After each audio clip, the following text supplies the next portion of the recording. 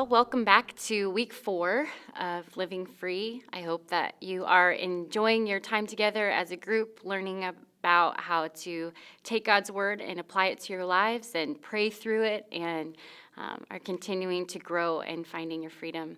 I'm excited about today. What we're talking about, what we'll be learning about, is been an important part of my life in learning how to really find satisfaction in God and find him in my deepest places and trust him when I'm unsatisfied and celebrate when I am satisfied. And so that's what we're going to be looking at today. And as I was thinking about satisfaction, I was thinking about all the different things that we get satisfied with in our lives and how it's so different for everybody. You know, like for me, one of the most satisfying things I can do is go camping. I love camping. I love being outdoors. It just fills me up. And I'm not talking like glamping, you know, where you like stay at a Motel 6. You know, that's my friend Mike's idea of camping. That's not camping. Camping to me is like backpacks, sleeping bags, tents, stars, you know. I love that experience. But for some people, that is not satisfying at all. They don't want to do that. That's torture, you know. Being satisfied, some people are satisfied being around people, like they love it. Other people, they get completely drained by that experience, you know, like don't want to be around people. My good friend feels satisfied by going for a 16-mile run at 4:30 a.m. Like, that's satisfying to her, right? You know, some people are like, that would never be satisfying ever. Like, that's what people do for punishment, you know, but she seriously does. Like, she loves that. For some of us, a good piece of chocolate is the most satisfying thing in the world. And for other people, they're like, Snickers? Like, really? That satisfies you? I don't think so, you know. We're all just really different. And when we look for satisfaction, some of us, I think, feel like the Rolling Stones, you know, like I can't get no satisfaction. Like no matter how hard I try, no matter where I look in this world, it seems like I am always discontent and I'm always looking for something else to fill me up. But I think all of us can agree that we don't want to have a meaningless life, you know. We want our life to be fulfilling, to be about something. I mean, if you ask a kid what he wants to do with his life, he never says, ruin it, you know. Like, we want to have a satisfying, meaningful life. But sometimes I think in our desire for satisfaction, we're walking around, you know, with this empty cup to everybody that we can find and everything that we can do, and we're saying, will you fill my cup? Can you fill my cup? Will you fill my cup? Like, can somebody fill my cup? I'm feeling so empty inside. I just need somebody to fill me up. But what I'm learning is there is only one place that we can go to find this true satisfaction that doesn't let me down. One place that love is really perfect and will not disappoint me, not leave me longing. A love that is not inconsistent, not confusing, not temporary, not obligatory, not codependent, not unhealthy. Love that is not selfish. Love that loves patiently with kindness, never seeking reward or something back from me. Love that is not quick to be angry, and the kind of love that comes from God alone. And honestly, it is the only love that I've found that truly satisfies. So, what would it mean for our lives to be fully satisfied in God alone? When I thought about this question, I thought about what Paul said in Philippians 1:21 when he said, "For me to live is Christ, and to die is gain." Because for me, that sounds like somebody that's pretty satisfied in God. You know, that Paul would write that, this guy who was imprisoned all the time, he was flogged and beaten for his faith. He had a history of regret and shame in his life that he was overcoming. He killed Christians, and did all these terrible things in the first part of his life until he had this amazing transformation experience. So he even had all of that going on. You know, it's like this guy who had been through so much is saying for me to live as Christ and to die as gain. And he's talking quite literally here. I mean, I think he's saying, like, literally my life, everything that I am has been changed by the cross. Everything that I am has been changed by my intersection with Jesus Christ. So for me, life is about him. Everything that I do is for him, for me to live as Christ. And then he's saying, and it's because he was so close to death so many times, he's saying to die is gain. Like, it's okay for me to die because that means I can get rid of this body and finally be in union with Christ, just me and him close with nothing keeping me bound anymore. So I do think he's talking literally in this, but I also think that when we're talking about satisfaction, that we're looking at the same concepts, that we can actually take this passage and go, what would it be like to live with Christ, in Christ, as Christ, to be life when it's fully alive is all about Christ? And what would it look like if we started dying to some of the things that aren't filling us, that are actually starving us? What if that became gain? Have you ever not been satisfied with something that you should have been? That's happened to me a lot. But I remember one time in particular, my family and I traveled to the Grand Canyon, and I had been wanting to go to the Grand Canyon for a really long time. Like, I'd seen pictures, obviously. I love camping. I love outdoors. I love nature. And so I couldn't wait to go. I had been looking so forward to this trip. And so I finally had the opportunity to go 2 years ago with my family. And when we got there, we arrived and, we pulled up and we got out of the car, and it's like this big moment, we walk over and we look over the edge. And as we looked down into this beautiful canyon, it was right at sunset. There were hues of purple and pink, and it was just gorgeous. And so my husband, TD, was really excited to hear because he knew how much I'd been looking forward to it. He said, "What do you think?" And I literally the only thing I could think of to say back to him was, I thought it would be bigger. Like, I don't know why that came out of my mouth, but it was kind of true. Like, for some reason, I'm like, I don't know. I guess I just thought it would be bigger. Like, the biggest hole in the world. And I'm like, yeah, I don't know. It's kind of a disappointment. Like, thought it would be bigger, And of course he, totally called me out on it and was like, well, that's not okay to say that. Like, you should be appreciative of God's nature and this beauty. And I was, but it just made me think about how often I probably do that to God. Like, I wonder how much I miss him in a day, because I'm just like, I thought it would be more. I thought it would be better. I thought it would be greater than this, I mean, the sunrise that he puts up every single morning. Like, most of us don't even see it because we're like, oh, I slept in. Like, especially daylight savings, it's like, that's too early. I don't even know when the sun came up this morning. But I actually had the chance to see it this morning. It was just like purple and pink, and it was overwhelmingly beautiful. And I thought, gosh, how many times do you paint the sky? And I don't even know about it because I'm fast asleep. We get protected in traffic. We're texting while we're driving or something, which you should not do. Don't do that. But, we're and we get protected. And we don't even know it. We're like, oh, that was luck. Glad I didn't get hit just then, or whatever. Or we bump into a friend at a coffee shop, and it lifts our whole day. And we just think, oh, that was a neat coincidence that I saw them and that we had that conversation that changed the outlook on my whole day. Or, then sunset happens again. The day is complete, but we're too busy making dinner or running around or running errands, or we're in Target or something, and we don't see it, and we're just a little too busy to watch, and we just sort of miss the way that he's dropping opportunity after opportunity for us to be satisfied, and we don't even see it. This happened to me a couple years ago. It's been a while now. It was before I lived at the beach. I've lived here in Ventura for 5 years now, and I love every second of it because I love the ocean. And so it's such a gift to get to live here. But before I lived here, anytime I had the chance to go to the ocean, it was a big deal. And so I was running a marathon in Virginia Beach, and I was super excited to see the ocean. And I only got the chance to do it the very last day that we were there. And I was going to get to go and see the sunset. And so I started just walking along the beach and, waiting for the sun to go down and watching the waves, whatever.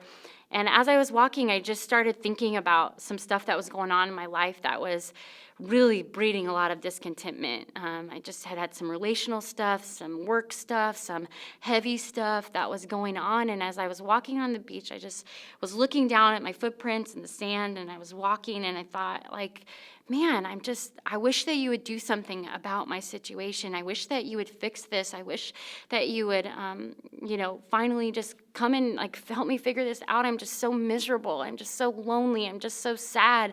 And all of a sudden, I just felt like God interrupted me and said, you're missing it. Like, you're missing it. And I looked up, and the sun was setting over the ocean, and it was already half down.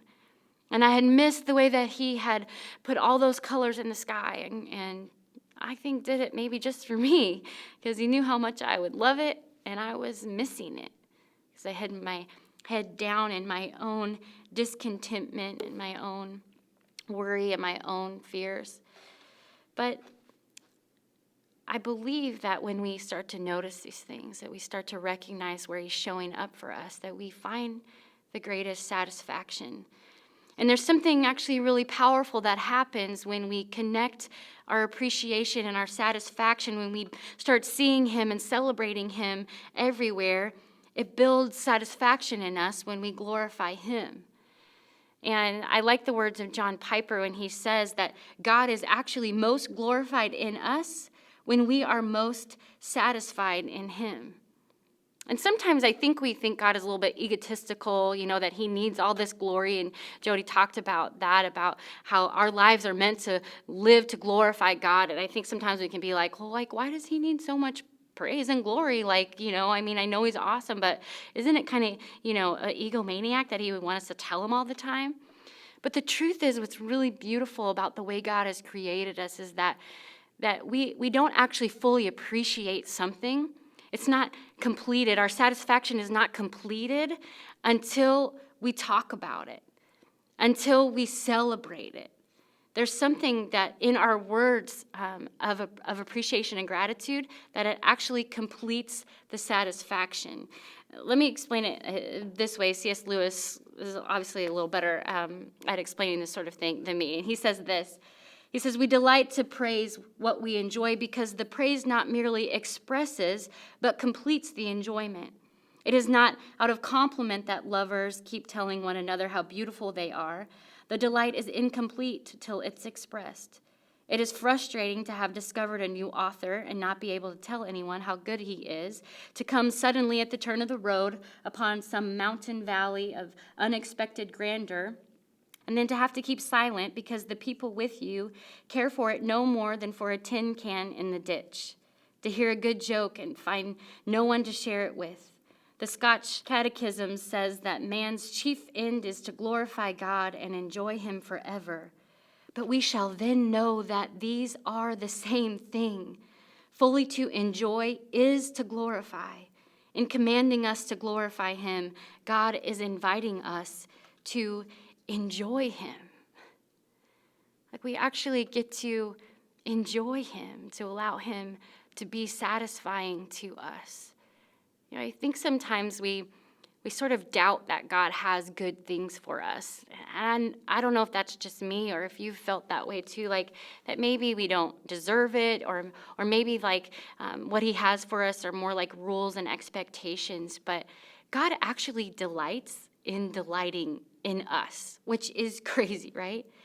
That's why I like this psalm in Psalm 18:19. It says, he brought me out into a spacious place. He rescued me because he delighted in me. You know that when you delight in someone, you have good gifts for them. Good and perfect gifts. That's what James 1:17 says that God has for us. Every good and perfect gift is from above, coming down from the Father of heavenly lights, who does not change like the shifting shadows. God has good in store for us. He wants us to be satisfied in him. And what is a good and perfect gift? For me, I don't think it has to do with money and cars, and fame. That stuff isn't really satisfying. It just fades away with time. Those of us, not that I've had all of those things, but people who have had those things tell me that those things, they're empty. This is broken. There's nothing there, nothing true.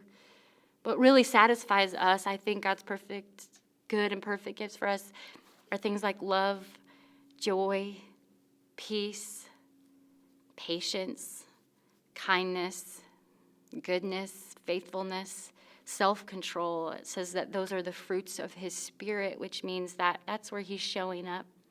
So anytime we get to experience one of those things, that's a gift. That's a gift from our Father. And, that's why for me it happens so often with nature. When I feel peace or joy or his presence in those moments, it feels like patience or faithfulness to me. And that's him showing up to satisfy me. And I think we feel discontentment sometimes because we don't allow those things to bring us satisfaction. Like we think that a religion means rules, that if we're following, we're supposed to be suffering. But while, yes, we are called to lay down our lives, living a life God's way is not robbing yourself of good. It's actually fully letting yourself experience it. It's trusting a God who has come not to rob us of joy, but to bring us real and lasting joy, the kind found when moderation and boundaries are applied. James Bryan Smith wrote that in his book, The Good and Beautiful Life, which is an amazing book that you should read if you haven't. And he talks about the good and beautiful life not being something that makes us feel restricted or like that we have all these rules that we have to keep, but actually it's experiencing life with these precious and important boundaries that God has placed up to keep us protected and to actually keep us pursuing the things that actually satisfy us the most. Psalm 31:19 says, "How abundant are the good things that you have stored up for those who fear you, that you bestow in the sight of all on those who take refuge in you." I don't know if you've ever seen the movie Chariots of Fire, but that guy, Eric Liddell, was this great runner. And he was like spending all of his time training and running. And his sister once told him that she thought that maybe it was taking away from him pursuing God, or that he should be more disciplined in his faith and all this sort of thing and not spend so much time running. And his response back to his sister was, "But when I run, I feel God's pleasure." How often we can actually do the things we were made to do, experience the things that God has laid out for us, and actually feel his pleasure, feel satisfied in him. We can take delight that he delights in me and let those things that he created uniquely us to do to actually fill our cups, and then we begin to draw from a well of satisfaction in him. And then we actually have something to supply us, to fill our needs, to share with him, to celebrate him, to notice how he's working and providing and loving. We glorify him when we are satisfied. So to live is Christ. It's to see him everywhere. And some of us, we need to be more alive in our lives. We need to be satisfied in him. I think there's another piece to finding satisfaction in God, because honestly, it's hard to find satisfaction when you live in a constant state of being full. You know what I mean? When you're stuffed, it's really hard to want anything else. I don't know if you've ever been to a buffet restaurant. We don't really have those in California because everybody's eating vegetables or whatever. So why would you eat, sushi and spaghetti at the same time? I don't know. But these restaurants exist. And you go and you eat everything that you possibly can. Or maybe it's for you a donut shop where it's it's cheaper to buy a dozen than to buy 4, so I might as well get a dozen and then you eat the whole box, Or, your favorite restaurant and, you just get 3 dishes because this is your one time to go out and you just eat everything in sight.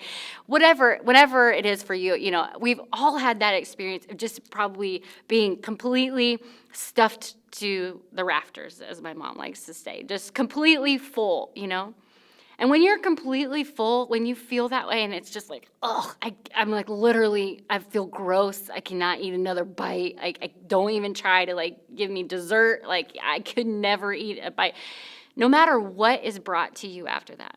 Whether it's a dessert or a really healthy salad with avocados and almonds and tomatoes and cherries and the best salad ever, or even, just something that you would normally really love to eat. If you're stuffed full, it doesn't look good. You're not going to want to eat it. You're going to be no. I usually would, but there's no way that I could today. I think sometimes we do that with our lives.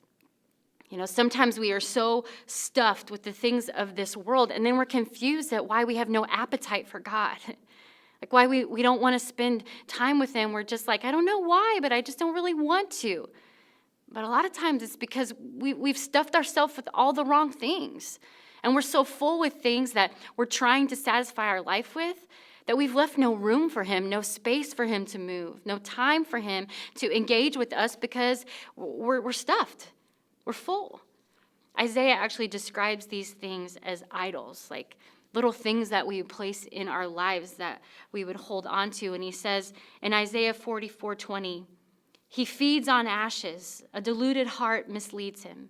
He cannot save himself or say, is not this thing in my right hand a lie? It's like this idea of like we eat it so much and we're so used to it, we don't realize it's like ashes in our hand. And Isaiah's like, he can't even see anymore. Like this thing in my hand that I'm trying to stuff myself with, that I'm trying to fill myself up with, it's a lie. It's ashes. It's not going to satisfy me. Sometimes we find dissatisfaction in God's presence because we are full and we're trying to hold on to the things that cannot coexist with him. Another C.S. Lewis quote for us today. He says this so perfectly. He says, God cannot give us happiness and peace apart from himself because it's not there. There is no such thing. God is not being stingy and withholding joy apart from obedience. There's simply not joy apart from a life with and for God. God, please give me happiness and peace, we plead, but let me also live my life as I please. And God answers, I cannot give you that. You are asking for something that does not exist. When Paul is saying to die is gain, he's saying literally to die is gain. We get to be with Jesus. But I think we can look at it as also a death to anything in our lives that we think is satisfying us that's not. Anytime that we're able to put off instant gratification in our lives, anytime we're able to wait for something or use patience or die to behaviors and habits that are killing us anyways, then dying is gain. Choosing to remove and die to those things in our life, that's gain for us because we get more of Christ, because the two things cannot coexist. So to remove one of them is actually gain for us. Our culture says, don't suppress desire. That's bad. Don't wait. Gratification should be instant. You should get whatever you want right when you want it. Like we don't have to wait for anything anymore. But that's not how the kingdom of God actually works. I love the parable that Jesus actually tells in Matthew 13:44. He explains the kingdom of heaven like this. He says it's like a treasure hidden in a field. When a man found it, he hid it again, and then in his joy went and sold all he had and bought that field.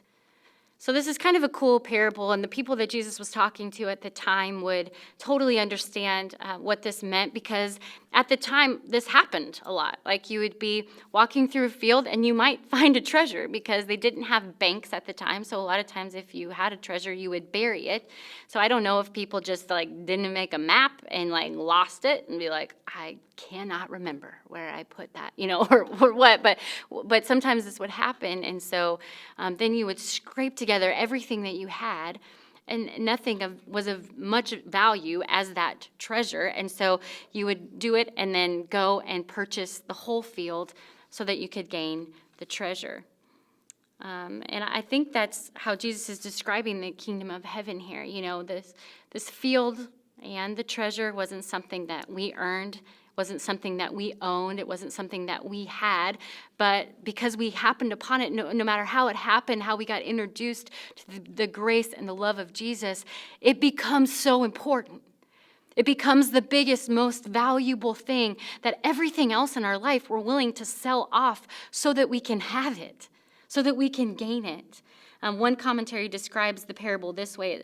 It says that the pursuit of holiness or truth is brought on by the seeming accidents of life, a chance meeting, a word spoken in season, the example of living holiness.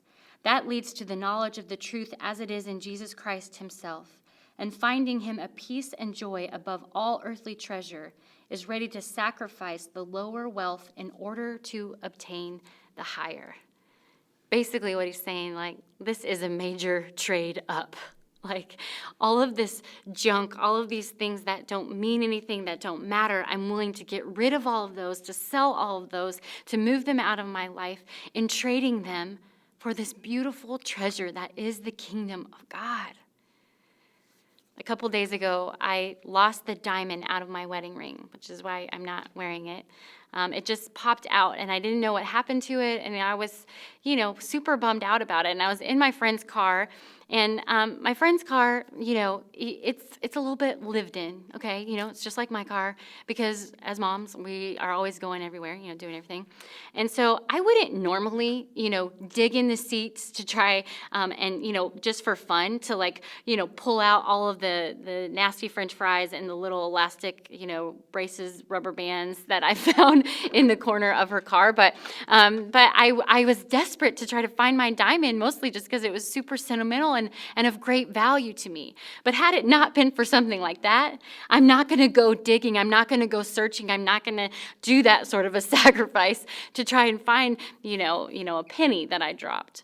But because it had great value to me, I found the time and I found the energy to find it. And don't worry, we did end up finding the diamond. So I'm really grateful for that. So it's a good ending to that story. But sometimes I think, we think we don't have the time, or we don't have the energy, or we don't have the patience maybe to walk with God and to find satisfaction in him. But when we look at him and we recognize the treasure that is there, the trade up that it is, the satisfying place that it can be for our lives and our hearts and our minds, man, we should be willing to do whatever it takes. We may not have time, but we better make that time to look for him, to find him, and to get our satisfaction there. Because when we are satisfied with Jesus and with the kingdom, we're able the rest of the day to go, lust, anger, fear, greed, I don't need you today. I'm not looking to you to fill my cup, because I have met with Jesus this morning. And so to live is Christ, and to die to you, it is gain. And I will keep that and be there. The question is not, what will I have to give up to follow Jesus? But rather, what will I never get to experience if I choose not to follow Jesus? His way really is the best way, the most satisfying way. The two quick things, practical things I'm going to give you to practice finding satisfaction in him this week. The first one is the discipline of celebration, where you actually practice some time in your life this week, an opportunity to celebrate, to notice. Maybe it's walking along the beach at sunset or sunrise. Maybe it's paying attention around the house or to a flower, or really just taking notice of something. Maybe it's turning the music way up high in your living room and dancing with your kids, but to be in the present, to be in the moment, to celebrate what God has done for you. My friend Sam does this thing with me sometimes where we play gratitude tag, and she'll shoot me 5 things she's grateful for, and then I'll shoot 5 things back, and we go back and forth. Man, that changes your perspective. That's called the discipline of celebration. I also want to encourage you to practice this second thing, which is the discipline of slowing. Actually slowing down your life to pay attention, And this is like a fun homework assignment, but it's something I've done to just practice slowing, is to take a piece of chocolate. Yes, your homework is to eat a piece of chocolate. Put it in your mouth and then just let it melt. To make yourself sit there until that piece of chocolate melts away, and think about the flavors, the way that you're savoring every moment. Think of all the different tastes that you're tasting on your taste buds. It's a really cool practice, actually, to make yourself sit there for a minute and think about what you're doing and be really present. I also want to encourage you in the discipline of slowing is sort of like this idea of intentionally setting aside those things that give us instant gratification and actually doing it on purpose, not just because, I didn't have time to watch my favorite show tonight, but actually going, I'm going to choose not to watch my favorite show tonight. And instead, I'm going to try to do something else where I'm finding satisfaction in God. Or I'm going to skip my favorite meal of the day because instead of doing that, I'm going to actually choose to spend that time finding satisfaction in God. Sometimes this is called fasting. If that's a struggle for you, I'm not trying to get you to go on a diet here. What I'm trying to get you to do is to take anything, whether it's Instagram or your favorite show on Netflix, or just something that you get that it gives you this sort of instant gratification that our world says you deserve this, to actually intentionally lay it down, to die to it, and to find God there and find some satisfaction in Him this week. He's the most satisfying place. Let's live content lives that celebrate Christ. We should be the happiest, most grateful people on the planet. Let's die to the things that keep us bound. Let's not say so stuff that we are not hungry for Him.